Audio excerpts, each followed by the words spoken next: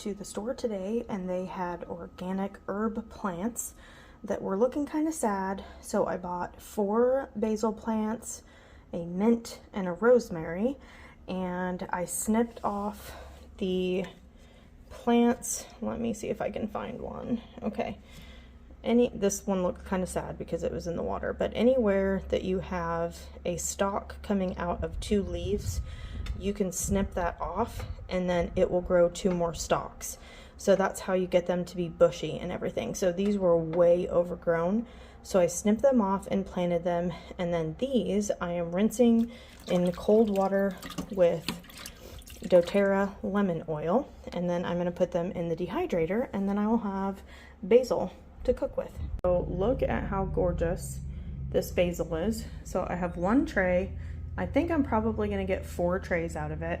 So these plants were only $2.50 a piece. So, I mean, that is less than the seed packets that I bought, and who knows if the seeds are actually going to come up. It's always kind of a crapshoot.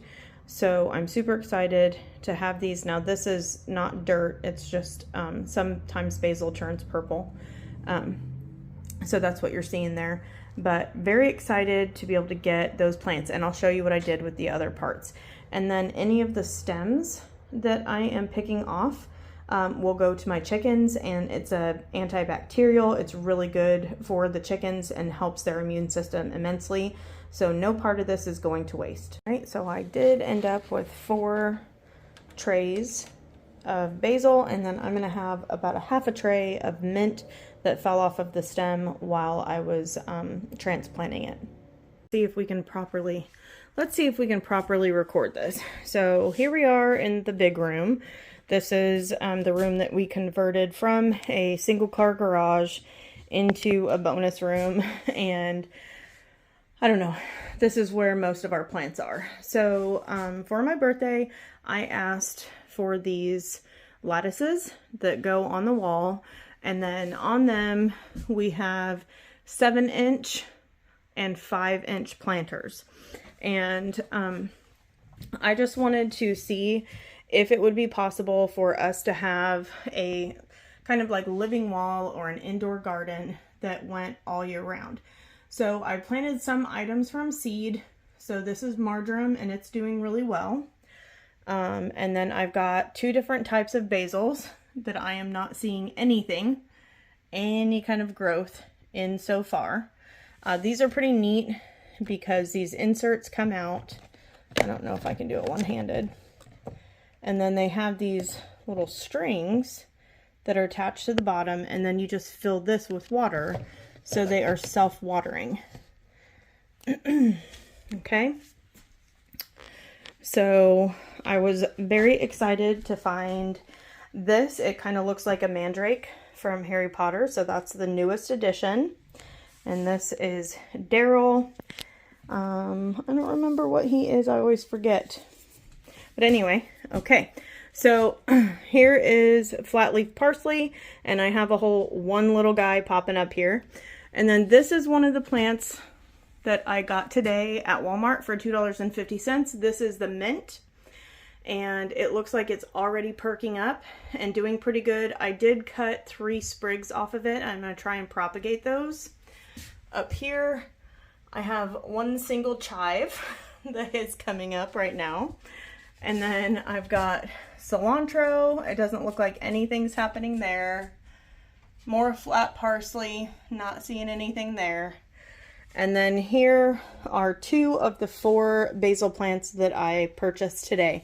So they were very tall, probably up to the top of this next planter, and they just were not looking very good. So anywhere that there was a stem that had shoots coming out the side, I went ahead and clipped that off. And then that is where I got the basil from. So I'll show you. I could actually go all the way down right here.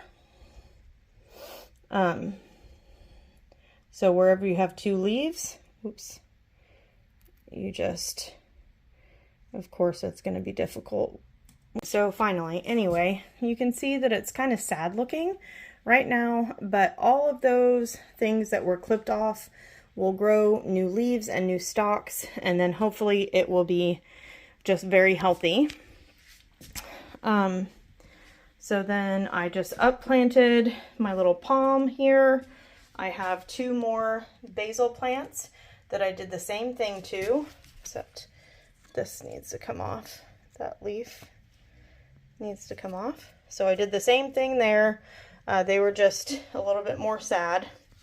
And then this was the rosemary plant that I planted, or that I also picked up and just transplanted.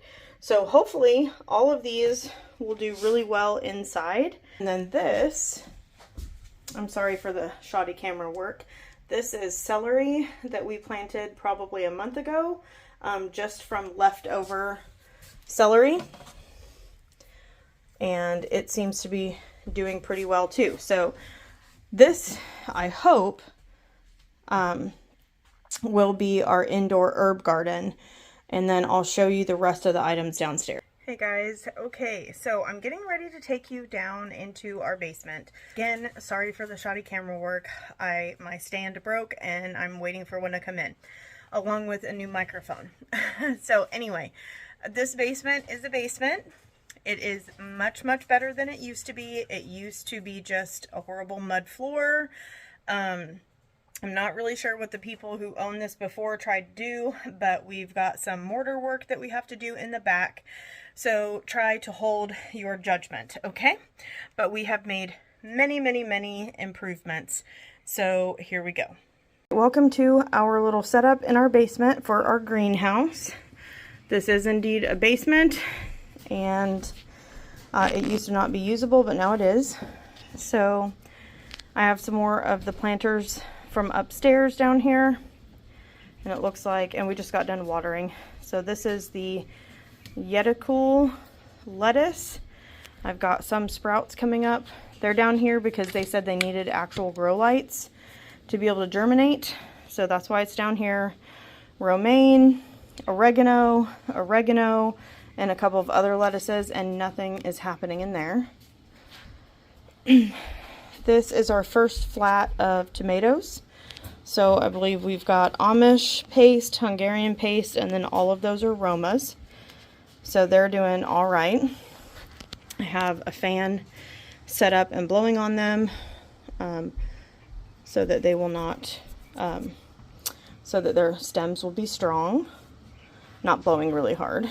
And then this, so that's where I was at the 2 small like seed starting stations. This is our gardening table. We have another flat that we need to start with tomatoes, and then here are some of the seeds that we're looking at. This is what we started with. This is just a bread rack that was somebody was throwing out, so we grabbed it and we were using it to hold all of our seed flats, and then just put shop lights across the top on each layer, and it worked out great for us last year. And then this year we were gifted this. Actually, somebody was wanting to get rid of it, and so we told them that we would love to take it, and that's what we did. So up here, these desperately need to be planted out into the garden, but it was Easter, so we did not have time. But you can see all of those are kale, and they are doing just fabulously well. I actually just had to raise up the light. And then here are the broccoli and the cauliflower. Now these little guys, just the other day, were really slumped over. And I was worried it was that they were not getting enough water. But I did a very light fertilizer with the fish emulsion, organic fish emulsion. Just like a teaspoon of fish emulsion to probably a ½ gallon to 3/4 gallon of water, and I fed these and the kale, and they are growing like crazy. So this is cabbage and broccoli, and they look great. So they are ready to go out too. Then down on the lowest section we have peppers, and the peppers are doing really, really well. Peppers are super slow. They are just very, very, very slow. So they look like they're doing okay, and I'm ready to move them up from the bottom so it's easier to see them. And then here are my herbs and flowers. I know the purple lights, the red lights make it hard to see, but this is calendula. These are calendula.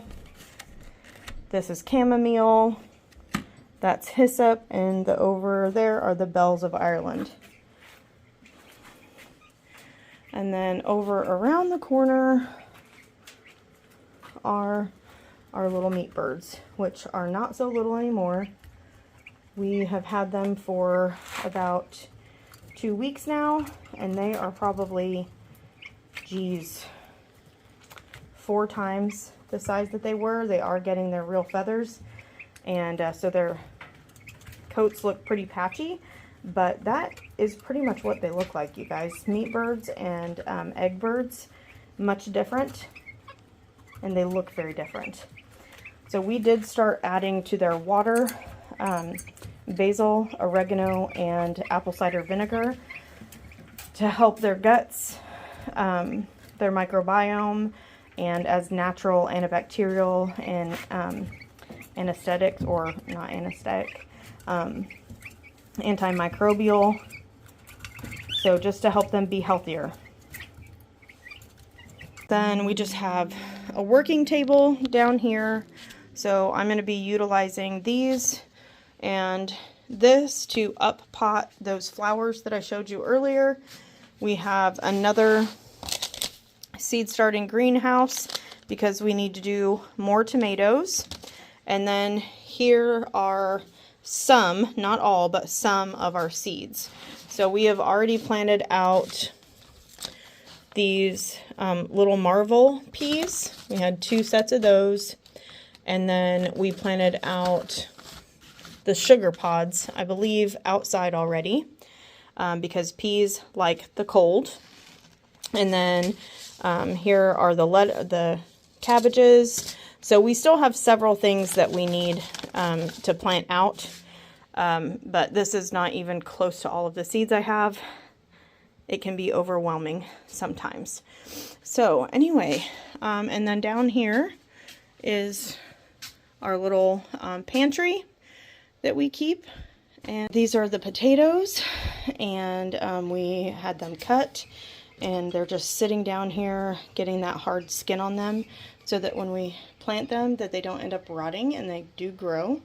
So hopefully we'll have a good harvest of potatoes this year. So I did want to show you guys my little diffuser table. So here's all of my pure essential oils, and then we always have a diffuser going. It's allergy season right now, so we have I have On Guard and Northern Escape in there right now, and that's really good for opening your airways. Okay, so welcome to the porch of the Wolf Ranch. This is our little garden that is starting to come to life. I'm not going to go through all of the plants there. I'm going to walk you out to the garden so you can see what we've got going on there. For last year, they didn't do very well. So we planted, I think that Mark planted a couple hundred heads of garlic. So some of them are here and some of them are in another bed. And then today, looks like there's 3 rows of onions right here, 3 rows of onions right there, and then it goes, makes like an L because we had a ton of onions. We got our onions from, oh, I can see the image in my head, but I can't remember. I will post it. Dixondale Farms is where we ordered the onion starts from, and they worked out great last year, so I'm hoping that they'll work out just as well this year. So this is one of our 4 raised beds. We did amend this a couple of weeks ago with organic topsoil. I believe that it was the seabed and worm casting. I believe we got them from Farm and Home. And then Mark did just, we had so many extra kale seeds that he just grabbed them and kind of stuck them in the dirt to see what they would do, and they are indeed growing. So this whole thing was my herb bed last year, but this year I'm not sure if we're going to do herbs in the same one or not. And then I don't know if you guys can see them, but I've got sugar snap peas planted all along the trellis, and they are starting to come up. Then this is lavender that we grew from seed last year, and I'm hoping that it is going to come back, but it is not looking very promising. And in that other corner over there, I had rosemary, but I haven't seen it come up at all yet either. So here you can see the little seeds, or the little pea plants, starting to come up, and these are just regular peas. So this is the second of the 4 beds.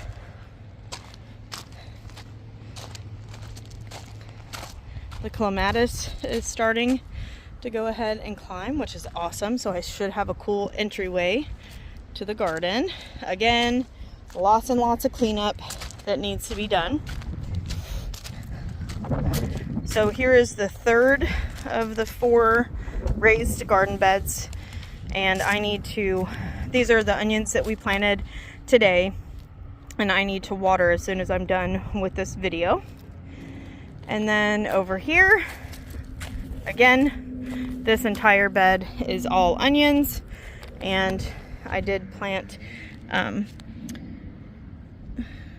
peas, and they are coming up here. So hopefully we'll have a good harvest of peas and sugar snap peas and onions for sure. And then if we walk a little bit further, then we have Pete's garlic patch, and this is all garlic here. So then eventually we will move our, eventually all of this will be planted as well.